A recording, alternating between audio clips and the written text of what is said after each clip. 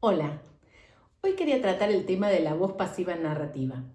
Antes de entrar en la cuestión, voy a volver a decir algo que seguramente he dicho más de una vez, pero me parece tan importante que no está de más repetirlo. Y es el hecho de que no hay reglas absolutas en literatura, no hay máximas universales. Lo que importa es lo que funciona para ese texto en particular. Podemos hablar de intentar no excedernos en el uso de los adverbios terminados en mente, de los gerundios, porque empastan, porque traban la prosa, no abusar tampoco de ciertos recursos como de pronto el hipérbaton que puede complicar un poco la lectura, hablando de narrativa. Podemos dar algunas pautas, pero eso no significa que vamos a tachar ni la voz pasiva, ni los adverbios terminados en mente, ni los gerundios, nada es absoluto. El texto mismo nos va a ir pidiendo lo que necesita y quizá lo que necesita no es lo que necesita otro texto.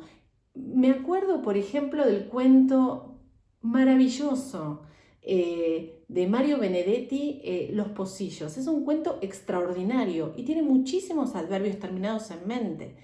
Y uno va a decir, está mal por eso. No, de pronto los necesitaba y él los puso y son adecuados para ese texto. Entonces, creo que todo lo que uno plantea tiene que ser de alguna manera tomado con pinzas, ¿no? Siempre importa el texto que tenemos frente a nosotros y, digamos, si tenemos que dejarnos llevar por las necesidades de ese texto particular.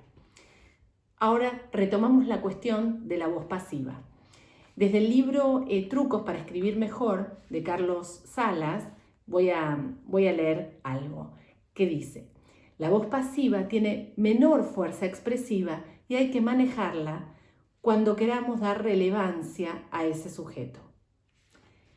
Por ejemplo, si yo digo Caracas fue fundada por Diego de Losada, estoy empleando la voz pasiva y esa misma oración en voz activa sería la siguiente: Diego de Losada fundó Caracas, ¿no? Por poner un ejemplo. Dice Salas, la voz pasiva se compone con el verbo ser y un participio y se usa para conferir el efecto de lejanía, de distancia o de melancolía.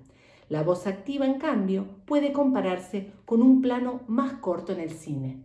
La pasiva, en cambio, sería un plano general. Y quien también se ha referido bastante al tema de la voz pasiva es Stephen King en su libro Mientras escribo. Dice, los verbos pueden conjugarse en dos voces, activa y pasiva, ¿no? Claramente, habíamos puesto un ejemplo. Te recomiendo evitar la voz pasiva.